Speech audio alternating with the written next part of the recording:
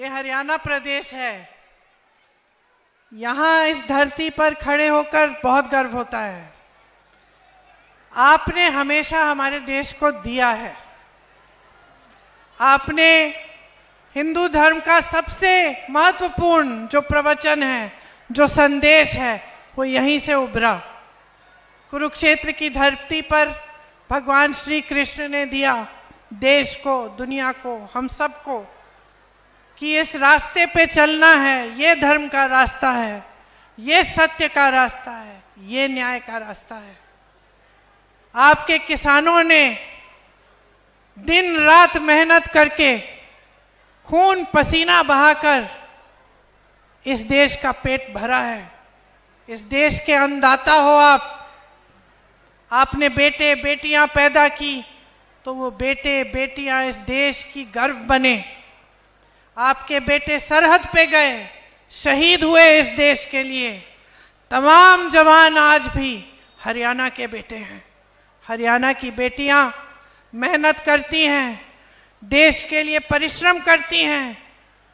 चाहे पहलवानी में हो, चाहे स्पोर्ट्स में हो, चाहे कहीं जाकर अपना जॉब कर रही हो, मेहनत करती हैं, कमाती हैं आपके लिए, लेकिन इस देश के लिए भी नाम कमाती हैं। तो ये वो प्रदेश है जिसने सदियों से इस देश को ताकत दी है, इस देश को सही दिशा दिखाई है, इस देश को सही रास्ता दिखाया है। तो आज आपकी परिस्थितियां क्या हैं? मेरी बहनें बैठी हैं, आपसे पूछना चाहती हूं। कल से त्योहार का समय शुरू हो रहा है, नवरात्रि शुरू हो रहे हैं। कैसा लग रहा है? खुशी हो रही है? खुशी हो रही है, त्योहार का समय है। लेकिन सच बताओ, थोड़ी सी घबराहट भी हो रही है कि लिपाई पुताई करनी पड़ेगी, मेहमान आएंगे घर, सामान खरीदना पड़ेगा, खाना पकाना पड़ेगा मेहमानों के लिए, त्योहार मनाने के लिए भी सामान खरीदना पड़ेगा। थोड़ी सी घबराहट हो रही है कि इतनी महंगाई में हम कैसे करेंगे। हम दुकान जाते हैं, 5 जाते हैं, 3 लेके आ जाते हैं, 2 कहते हैं बाद में ले आएंगे। कोई बात नहीं, घर पे खाना पकता है, सोचती होंगी आप, चलो हम छोड़ देते हैं, सबको खाने दो, हम कल खा लेंगे, सुबह का खाना खा लेंगे। महंगाई से आप मुसीबतों से घिरे हुए हो, महंगाई की वजह से। अब आप मुझे बताओ, इतनी सारी समस्याएं हैं, आप बच्चों को पालती हैं, पोसती हैं, बच्चा बड़ा होता है, स्कूल की फीस भरनी होती है, बीमार पड़ जाता है, डॉक्टर के पास ले जाना है इलाज करने के लिए। तो आज जो आपकी परिस्थितियां हैं, उसमें जब जब ऐसी मुसीबत आती है तो डर लगता है कि नहीं, परेशानी होती है कि नहीं, घबराहट होती है कि डॉक्टर के पास ले जाना है, डॉक्टर को हम पैसे कैसे देंगे, दवाई खरीदनी है, इलाज कराना है, कैसे कराएंगे। इस तरह से यहाँ पे तमाम नौजवान खड़े हैं। जो नौजवान है हाथ उठाओ जरा, और मुझे बताओ, आपको 10 सालों में कितनों को रोजगार मिला है? नहीं मिला है। आप में से कितने ऐसे नौजवान हैं जिन्होंने भर्ती के लिए पेपर किए हैं? ट्यूशन की फीस देनी पड़ी, माँ बाप को ट्यूशन के पैसे इकट्ठे करने पड़े। आपको मालूम होगा, हरियाणा में 30 पेपर लीक हुए हैं, 30।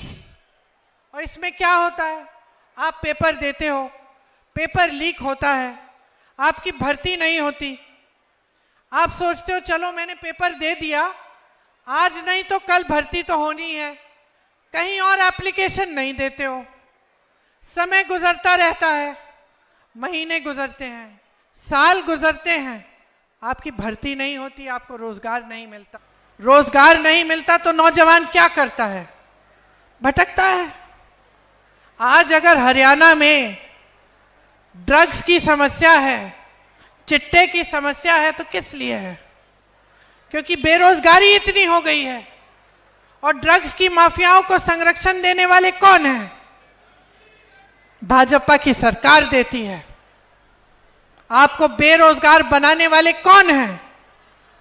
भाजपा के नेता हैं, जो स्कैम पे स्कैम पे स्कैम कर रहे हैं। पूरी लिस्ट है स्कैमों की, जहां आप देखें वहां पे घूस या स्कैम।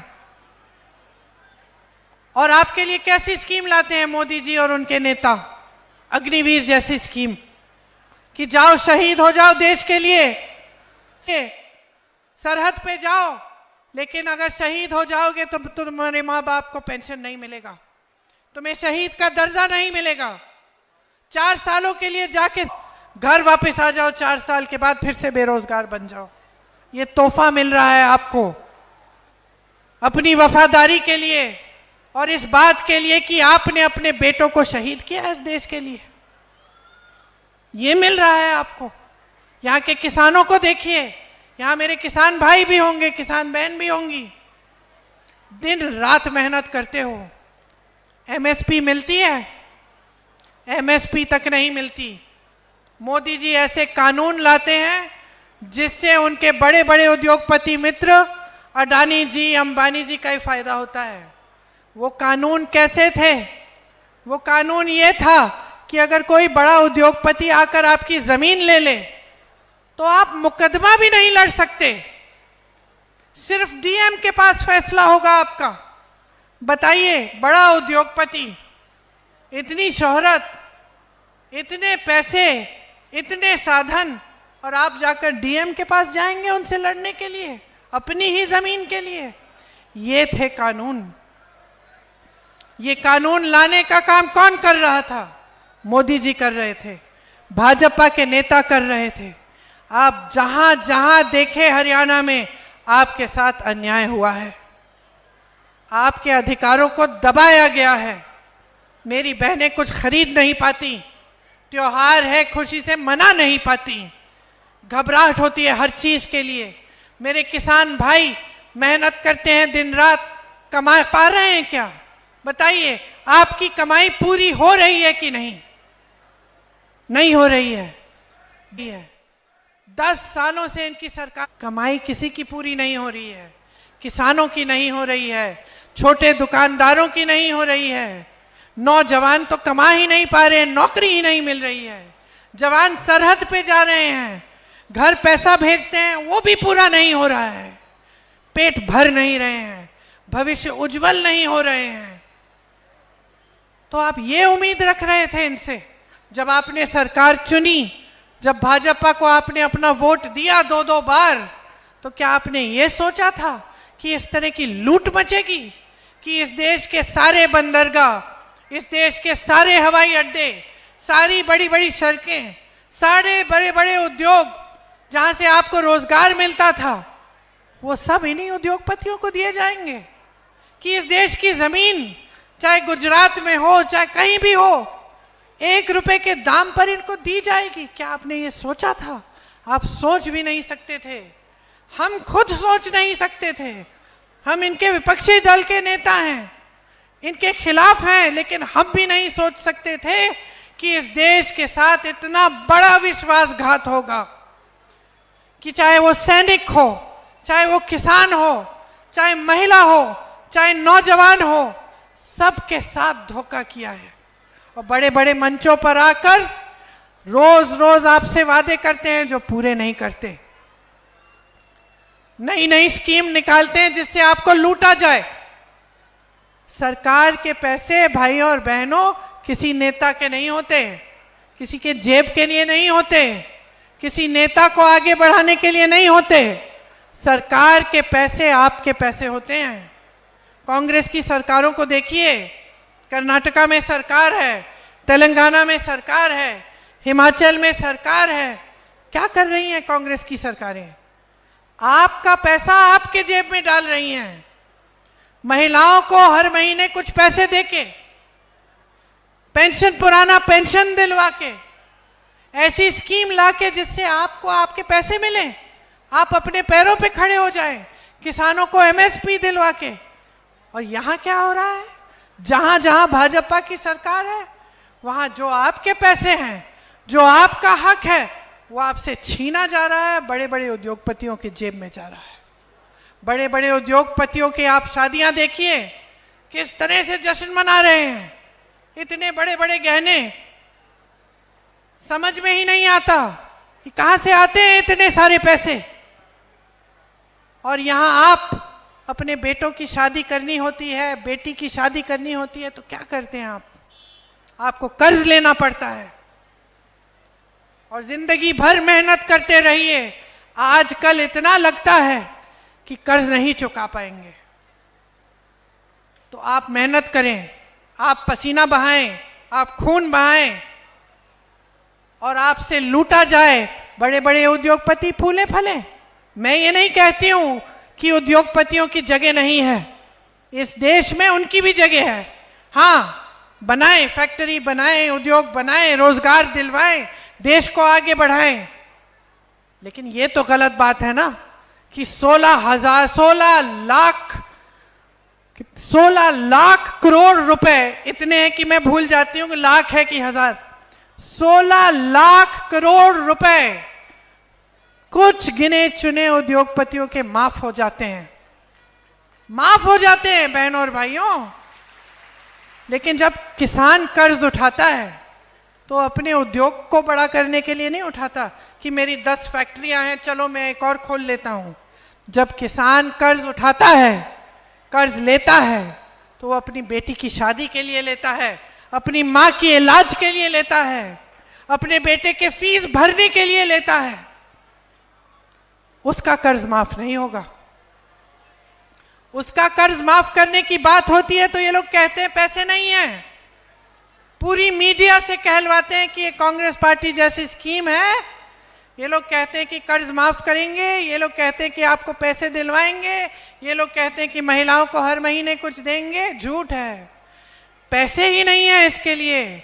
तो मैं इनसे पूछना चाहती हूं, अगर पैसे नहीं हैं, अगर हमारी स्कीमों के लिए पैसे नहीं हैं, अगर किसानों के कर्ज माफ करने के लिए पैसे नहीं हैं, अगर महिलाओं को पैसे देने के लिए पैसे नहीं है सरकार के पास, तो आपने इतने बड़े बड़े उद्योगपतियों के लाखों करोड़ रुपए माफ कैसे कर डाले? इसका जवाब नहीं है इनके पास। बहनों और भाइयों, यहां पे आपकी तमाम समस्याएं हैं। आप चाहते हैं कि आपको उपमंडल का दर्जा मिले, कि यहाँ की जो सुंदर नहर है इसमें से इसका जो पानी का टाइम है ये बढ़े, ताकि आप अपनी सिंचाई करा सके खेतों की अच्छी तरह से। लेकिन कुछ नहीं हो रहा है आपके लिए। यहाँ पे सिर्फ परेशानियां ही बढ़ती जा रही हैं। भाजपा ऐसी स्कीम लाती है जिसमें फैमिली का आईडी कार्ड है। अब मैं मिली थी कुछ परिवारों से, कह रहे थे सबका नाम लिखना है आईडी में, और लिखते लिखते एक छोटी सी गलती हो गई तो उसको बदल नहीं सकते, फिर कहते हैं ये काम ही नहीं करेगा। और दूसरा, परिवार में जितने भी सदस्य हैं सारे सदस्यों के नाम लिखने हैं, आमदनी लिखनी है। कई ऐसे परिवार हैं जिसमें मान लो महिला नौकरी नहीं कर रही है, उसकी आमदनी नहीं है, उसके लिए 10,000 रुपए लिख दिए और जोड़ के पूरे परिवार की आमदनी बढ़ा दी। अब जब वो बेचारी महिला गई अपने बच्चों की भर्ती कराने सरकारी स्कूल में, कह दिया कि नहीं कर सकते, क्योंकि देखो तुम्हारा ये आईडी कार्ड है, इसमें तुम्हारे परिवार की आमदनी बहुत ज्यादा है, तुम्हें ये मुफ्त शिक्षा नहीं मिल सकती। तो बेचारी के बच्चे बैठे हुए हैं घर पे, स्कूल नहीं जा पा रहे हैं। नौकरी का एप्लीकेशन भरना हो, कहते कि भाई तुम्हारे परिवार की आमदनी बहुत ज्यादा है, तुम्हें नौकरी नहीं मिल सकती, तुम एप्लीकेशन ही नहीं भर सकते सरकारी नौकरी का। तो ये क्या बातें हो रही हैं? हर स्तर पर आपके साथ गलत हो रहा है। और ये जो बातें हैं, जो गैस सिलेंडर का दाम है, किस तरह से आप फीस भर रहे हैं, किस तरह से बच्चों की शादियों के लिए कर्ज लेना पड़ रहा है, किस तरह से खेती से कमाई नहीं हो रही है, बड़ी मुश्किल से थोड़ा बहुत कमाया जा रहा है। आपको लग रहा है कि मोदी जी, खट्टर जी, यहाँ के मुख्यमंत्री जी ये बातें समझ भी रहे हैं? वो जान रहे हैं कि ये मुसीबतें हैं आपकी? मुझे नहीं लगता, क्योंकि अगर जान रहे होते तो ये फैमिली आईडी वाली स्कीम नहीं निकलती, ये अग्निवीर जैसी स्कीम नहीं निकलती, ये हमारे सारे बंदरगाह, हमारे सारे एयरपोर्ट, हमारी सारी ज़मीनें जो देश की हैं, वो अपने बड़े बड़े उद्योगपति मित्रों को नहीं देते? अगर जानते तो कम से कम कोशिश तो करते कि किसी न किसी तरह से मदद करते आपकी। तो या तो जान ही रहे हैं, या फिर इनकी नीयत ठीक नहीं है, या फिर इनकी नीयत यही है कि जनता को लूटो, देश आगे बढ़े ना बढ़े, जनता आगे बढ़े ना बढ़े, बस हमारी सत्ता रहनी चाहिए। और चुनाव के समय जाति के नाम पर, धर्म के नाम पर जनता को बांट दो। यही एक काम उन्होंने किया है इस देश में, जनता को बांटा है। जनता को जातियों में, धर्मों में बांट बांट कर, फूट फैलाकर, आपसी नफरत फैलाकर यही काम किया है। मेरे ख्याल से इन्होंने कभी संघर्ष देखा ही नहीं है, कभी दुख झेला ही नहीं है। जिस तरह से आप रोज झेल रहे हैं, जिस तरह का आप दर्द रोज झेलते हैं, देखते हैं, एक रोटी को बनाने के लिए, खाने के लिए, वो इतनी सी कमाई के लिए जितना संघर्ष आप कर रहे हैं, मुझे नहीं लगता इन लोगों ने किया है। अभी मैं विनेश जी के यहाँ से आ रही हूँ, जहाँ विनेश लड़ रही है, गर्व से मेडल लाई इस देश के लिए। क्या किया उसके साथ, क्या किया? जब संघर्ष कर रही थी, न्याय मांग रही थी, तो मुंह फेर दिया। जब मेडल लाई तो घर बुलाया, चाय पिलाई, फोटो खिंचवाई अपने साथ मोदी जी ने। जब उसने कहा मेरे साथ अन्याय हो रहा है, मुंह फेर दिया। मोदी जी की पुलिस उसको खींचती है, उसके बाल नोचती है, उसकी पिटाई करती है उसकी। वो लड़की जिसने इतनी मेहनत की इस देश के लिए, इस प्रदेश के लिए, और जब जब चुनाव आता है फिर ये लोग फिर से बदल लेते हैं, बदल देते हैं, सारी बातें बदल देते हैं, अपना भेष बदल देते हैं। तो आप समझिए आपके साथ क्या हो रहा है। आप समझिए कि बदलाव की शक्ति आपके हाथों में है। आज अगर आप एक ऐसी सरकार चाहते हैं जो आपके लिए काम करे, तो आप आसपास देखिए, मेरी बातों पे भी मत जाइए। देखिए कि संघर्ष करने वाला कौन है। ये दीपिंदर जी बैठे हैं, जानती हूं अच्छी तरह दीपिंदर जी को, मैं सालों से देख रही हूं। और ये मत समझिए कि सिर्फ इनकी बातों पे मैं कह रही हूं। मैं पूछती हूं लोगों से, हरियाणा से कोई आता है, मैं पूछती हूं, दीपिंदर जी मिलते जुलते हैं लोगों से, गांव में जाते हैं, संघर्ष करते हैं, मेहनत करते हैं। हमेशा यही पता चलता है कि मेहनत करते हैं, कि इनका घर, इनके दरवाजे आपके लिए 24 घंटे खुले रहते हैं। ये प्रदीप नरवाल जी हैं, प्रदीप नरवाल जी हैं, मेरे साथ बहुत काम किया है यूपी में। और देखिए जो मेरे साथ काम करता है वो 24 घंटे काम करता है। मैं नींद सोने ही नहीं देती, 3 बजे तक, 4 बजे तक काम करते हैं, फिर से 7 बजे सुबह उठो, चलो काम पे। सारे बैठे हुए हैं, सब जानते हैं, आपको बताएंगे। तो मेहनती लड़का है, संघर्ष किया है इसने भी, साधारण परिवार का लड़का है। हाँ, आपको नया नया लगता होगा, लेकिन आपके हर गली में आएगा। मैं जानती हूँ इस चुनाव के दौरान भी आया होगा, गांव गांव तक पहुंचा होगा।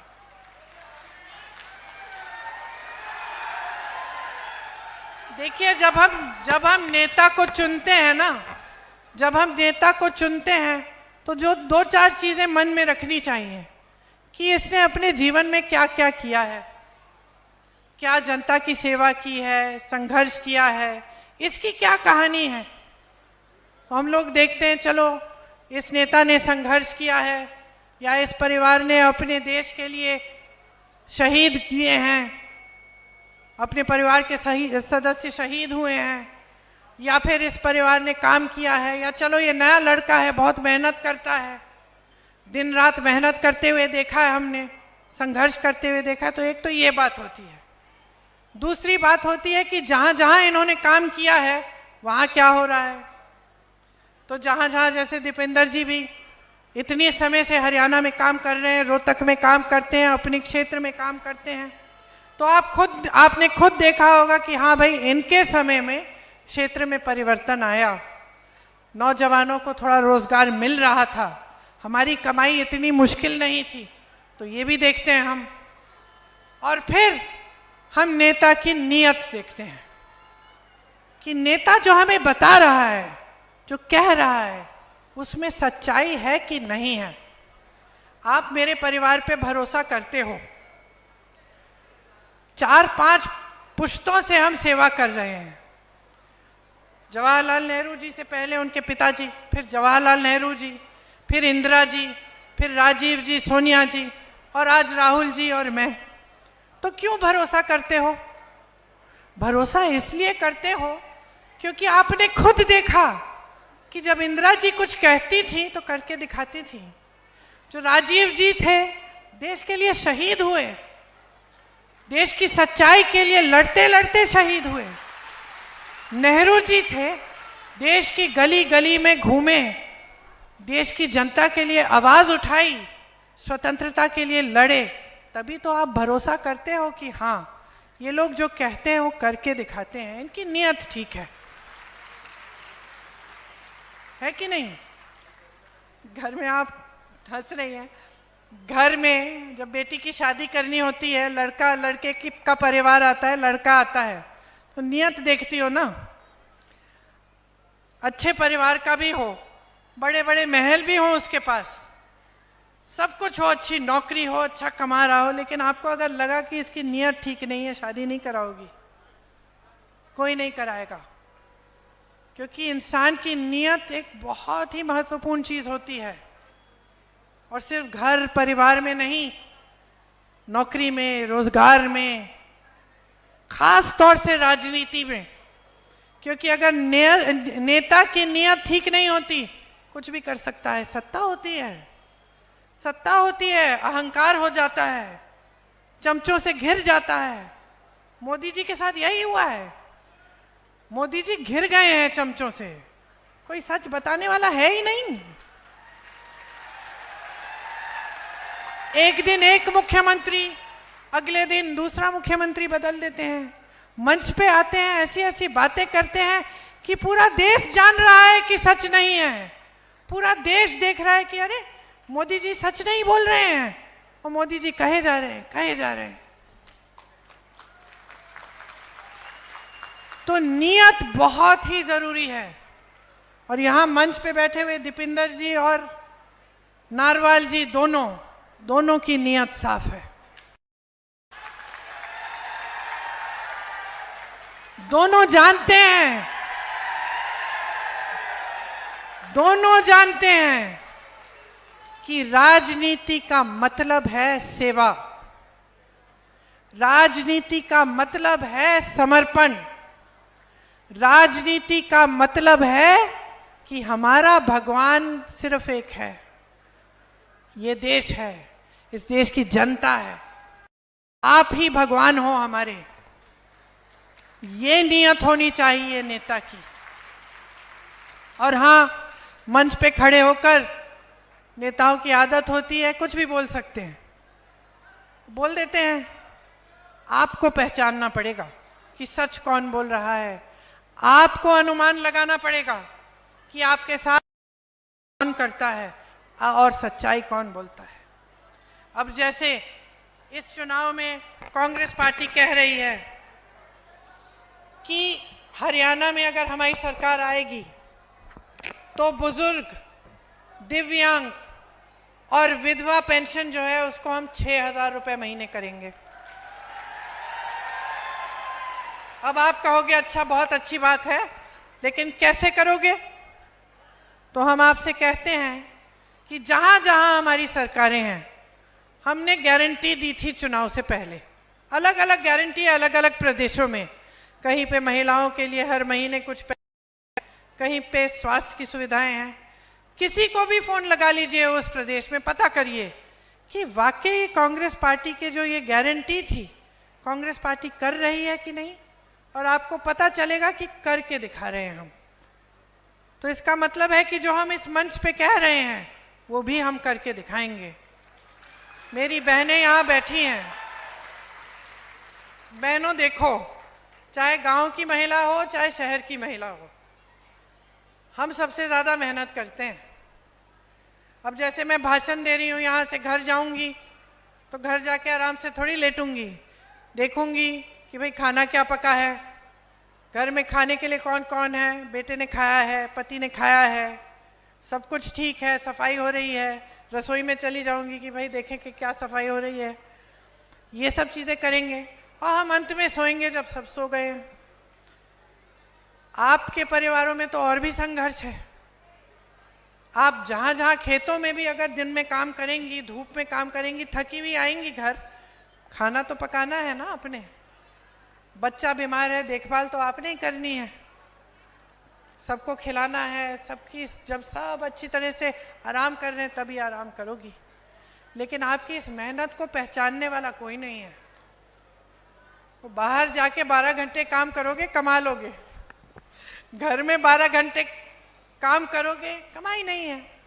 कमाई में हमें प्यार मिलता है, परिवार वालों का आदर मिलता है।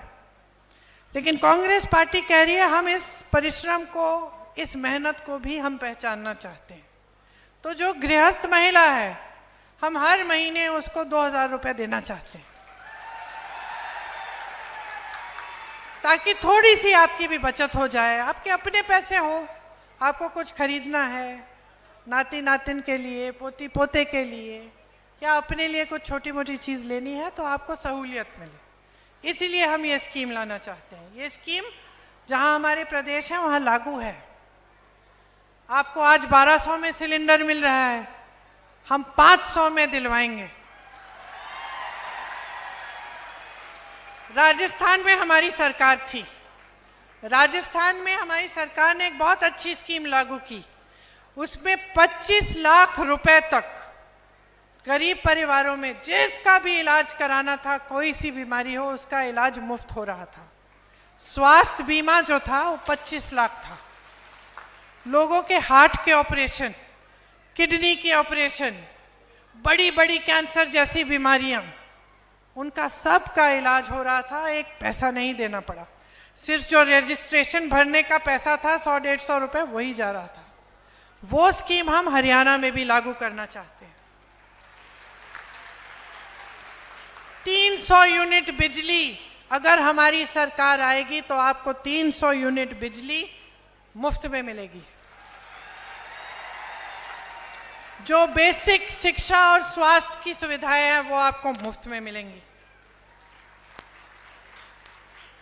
गरीब परिवारों को 100 गज का प्लॉट और 2 कमरे का मकान मिलेगा। और मेरे भाई हमेशा कहते हैं, जहां जहां जाते हैं, 8000 किलोमीटर की यात्रा की है उन्होंने देश भर में, सबके पास गए हैं बढ़ाइयों के साथ काम समझने के लिए, किसानों के साथ खेती को समझने के लिए, महिलाओं के पास गए हैं कि आपकी क्या समस्याएं हैं। जो ट्रक चलाते हैं उनसे बात की है, जो टैक्सी चलाते हैं उनसे बात की है, जो कुरियर का काम करते हैं, जो छोटे मोटे कारोबार करते हैं उनसे बात की, सबसे समझने की कोशिश की कि आपकी समस्याएं क्या है। और उन्होंने कहा और समझा कि आज भी हमारे देश में बहुत अन्याय है। तो उन्होंने सोचा कि देखिए, जाति जनगणना होनी चाहिए, और ये तय किया है कि हमारी सरकार आएगी हरियाणा में तो जाति जनगणना करेंगे, हम करवाएंगे। क्यों? ये जानने के लिए कि किसकी कितनी कितनी आबादी है, क्या उसकी आबादी के तहत या जो उसकी क्या क्या समस्याएं हैं उसके तहत उनको सुविधाएं मिल रही हैं कि नहीं, क्या जो सरकारी स्कीमें हैं वो वहां तक पहुंच रही हैं कि नहीं, क्या आरक्षण है सबको मिल रहे हैं कि नहीं। और ये एक जाति दूसरी जाति की बात नहीं है, ये बात है कि जब हम समझेंगे कि कितनी कितनी आबादी है, जब जाति जनगणना होगी, और जब बड़ी जातियों के भी जो गरीब लोग हैं उनकी भी हमें समझ होगी कि किसके पास क्या है, क्या सुविधा मिल रही है, तभी अच्छी तरह से जो सरकार की सुविधाएं हैं, जो सरकार जो आरक्षण होते हैं, वो सब अच्छी तरह से सबके लिए हो पाएंगे। तो ये भी एक हमारा लक्ष्य है कि हम इसको करेंगे। क्योंकि जैसे मैं कह रही थी, भाई कहते हैं कि बड़े बड़े उद्योगपतियों को आप देखिए, बड़ी बड़ी मीडिया के जो कॉरपोरेट जो कंपनियां हैं उनको आप देखिए, जो बड़े बड़े अधिकारी हैं जो इस देश में सारे बड़े निर्णय लेते हैं उनको आप देखिए, तो उनमें 90% से ज़्यादा आपको ये दिखेगा कि जो ओबीसी हैं, जो दलित हैं, जो एसटी हैं, उनका प्रतिनिधित्व नहीं है। तो वो चाहते हैं कि सब आगे बढ़े, एक साथ आगे बढ़े, सबका विकास हो, और जैसे हमें हमारे संविधान में लिखा है वैसे ही होना चाहिए कि सबका समान अधिकार हो। इसीलिए सबको एक वोट दिया गया है संविधान में। और आज भाजपा के नेता, बड़े से बड़े नेता मोदी जी की तरह, उनके मंत्रियों की तरह पिछले चुनाव में क्या फैलाने लगे कि संविधान को बदलेंगे, कि उनको सत्ता फिर से मिलेगी तो संविधान को बदलेंगे। इसका मतलब है कि आरक्षण को कम करेंगे। इसका मतलब है कि ये जो सारी लैटरल एंट्रियां हैं वो बढ़ेंगी।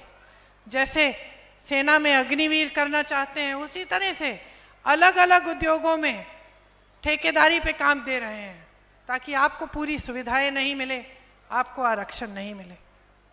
तो अगर आपको न्याय चाहिए, आपको ऐसी सरकार चाहिए जो आपके लिए नीतियां बनाए, किसी बड़े उद्योगपतियों के लिए नहीं, अपने मित्रों के लिए नहीं, जो आपके लिए नीतियां बनाए, जिससे आपको अच्छी सुविधाएं मिले, जिससे आपका जो पैसा है, आपकी जो संपत्ति है इस देश की, वो आपके जेब में जाए, तो आप कांग्रेस को समर्थन करिए। प्रदीप जी आपके लिए दिन रात काम करेंगे। दीपिंदर जी आपके लिए समर्पित रहे हैं, समर्पित रहेंगे। और हम सब तो हाजिर ही हैं, पुश्तों से आप देख रहे हैं। आपके लिए दिन रात एक करना हमारे लिए एक सौभाग्य है। आज श्राद्ध का आखिरी दिन है, कल से नवरात्रि शुरू होंगी। आप सबको बहुत बहुत शुभकामनाएं। मेरी आशा है कि अब नवरात्रि की शुभ अवसर पे ही अगले कुछ दिनों में आप अपना वोट डालने जाएंगे, तो आप कांग्रेस को जिताएंगे और अपने लिए, अपने भविष्य के लिए एक नई लहर लाएंगे, एक नई ऊर्जा लाएंगे। पास में कॉमरेड ओम प्रकाश जी सीपीएम से इंडिया अलायंस में भिवानी से प्रत्याशी हैं, उनके लिए भी मैं खास अपील करना चाहती हूं, आप उनको भी आगे बढ़ाइए। हमारा गठबंधन आपके लिए काम करेगा, आपकी सरकार बनाएगा। बहुत बहुत धन्यवाद बहनों, बहुत बहुत शुभकामनाएं। जय हिंद।